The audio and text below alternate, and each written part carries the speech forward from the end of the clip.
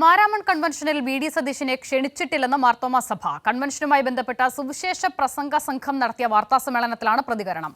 കൺവെൻഷനിൽ പ്രതിപക്ഷ നേതാവ് പങ്കെടുക്കുന്നുവെന്ന തരത്തിൽ വി.ഡി. സതീശന് അനുകൂലികൾ നടത്തിയ PR വർക്കിനാണ് ഇതോടെ തിരശീല വീണത്.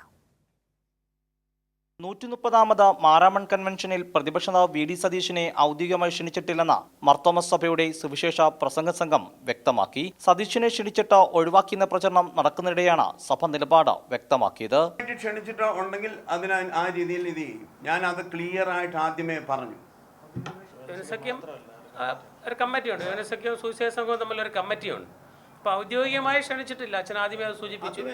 മാർത്തോമ സഭയുടെ യുവജനവേദിയിൽ സതീശനെ പങ്കെടുപ്പിക്കാൻ ആലോചിച്ചോ എന്ന കാര്യത്തിൽ യുവജനവേദിയാണ് മറുപടി നൽകേണ്ടത്. കൺവെൻഷനുമായി ബന്ധപ്പെട്ടുണ്ടായ വിവാദം സഭ എങ്ങനെ കാണുന്നു എന്ന ചോദ്യത്തിനുള്ള മറുപടി ഇങ്ങനെ: ഓരോരോ സമയങ്ങളിൽ പല വെല്ലുവിളികൾ ഉണ്ടാകാറുണ്ട്. അതിനെ അതിജീവിച്ച് നമ്മൾ മുൻപോട്ട് പോയിട്ടുണ്ട്. UDF-ലെ പ്രബല ഘടകകക്ഷിയും വിവിധ സമുദായ സംഘടനകളും സതീശനെ അകറ്റി നിർത്തുന്നു എന്ന ആരോപണം ശക്തമാകുന്നുണ്ട്.